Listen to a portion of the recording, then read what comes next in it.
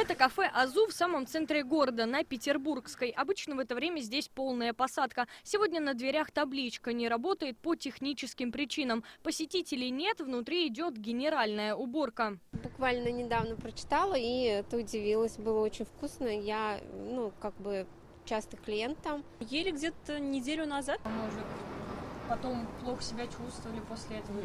Нет, не было такого. 6 посетителей кафе после трапезы здесь почувствовали себя плохо, обратились к врачам. Результаты анализов показали острая кишечная инфекция. У 4 сотрудников заведения и заболевших нашли еще и сальмонеллу. Проверку в кафе провел Роспотребнадзор. Инспекторы обнаружили 121 килограмм продуктов без маркировки. Сырье и готовые изделия резали на одних и тех же столах. На полу обнаружили остатки пищи, а у сотрудников не было медосмотра. Был проведен отбор проб и смывов на микробиологические исследования. По результатам данных исследований выявлено наличие бактерий группы кишечной палочки, а также был исследован персонал на носительство, и также часть персонала была отстранена от работы. «Азу» – популярная казанская сеть кафе. По всей столице у них 4 точки. Вот одна из них на улице Декабристов. Сегодня она работает, в зале много гостей. Руководство кафе считает, в распространении инфекции виноваты 2 повара. Они на 2 дня вышли на замену.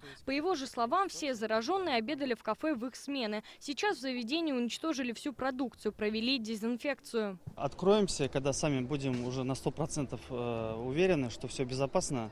На самом деле для нас это впервой. Сделали дезинсекцию, дополнительную дератизацию всех помещений, стен, полов, потолков, всех рабочих поверхностей. Сальмонеллез – распространенная инфекция. Чаще всего передается пищевым путем, через яйца, мясо и птицу. Поднимается высокая температура, появляется тошнота и рвота. От больного человека при употреблении некачественной или термически необработанной пищи, и с грязными руками, основной путь передачи. Летнее время вообще характерно повышением заболеваемости кишечной инфекции, как вирусной, так и бактериальной. Инспекторы Роспотребнадзора обратились в Вахитовский районный суд. Там приняли решение о закрытии кафе на 30 суток. Следственный комитет республики возбудил уголовное дело по статье «Оказание услуг, не отвечающих требованиям безопасности». Алена Струминская, Наиля Абдуллин, ТНВ, Казань.